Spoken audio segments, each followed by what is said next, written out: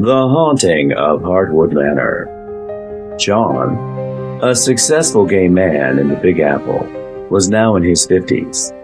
After 3 decades of living life to the fullest, he'd put away enough to retire. He was tired and ready for a change. His overly busy days and halcyon nights of pride and pleasure had worn a hole deep in his soul. He'd been in love. He'd fallen out of love. He'd found the one. He'd lost the one. He found life had become tiresome and dull. After weighing his options, staying in the city, or choosing the path of self-care and moving to a less hectic environment, he decided it was time for a fresh start. He found a home about an hour out of the city, in a small, quiet hamlet that felt like another world.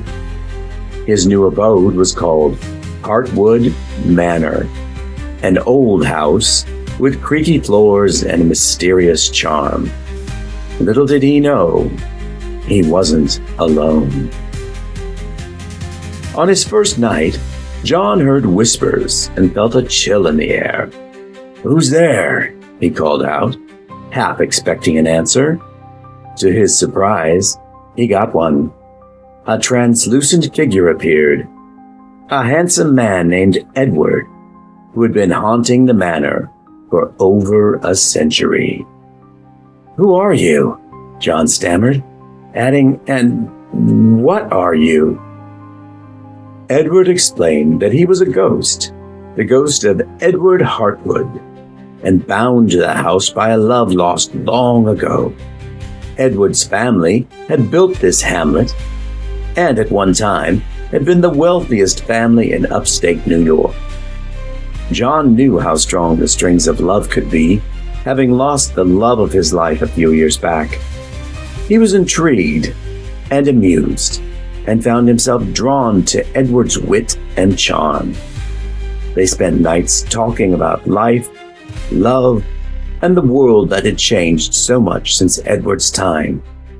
John believed that he and Edward had a strong connection. Though they were born in different centuries, it was as if they were connected in mind and spirit. As days turned into weeks, John and Edward's bond deepened.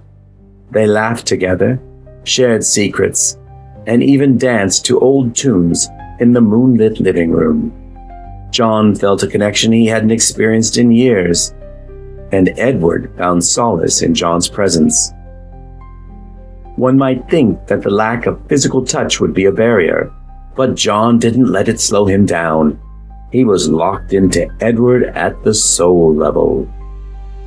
One evening, Edward confessed his feelings. "John, I never thought I'd find love again, especially in my ghostly state. But you brought light into my afterlife."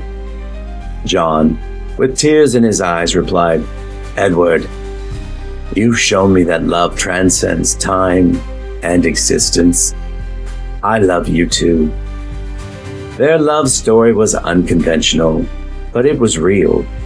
John and Edward proved that love knows no boundaries, not even between the living and the dead.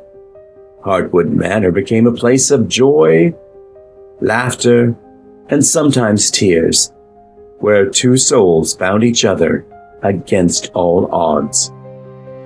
As time passed, John grew older while Edward stayed the same. It didn't matter.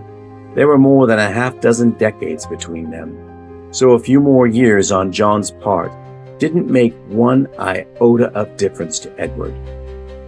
John and Edward lived happily ever after, in a house where love was the strongest force of all.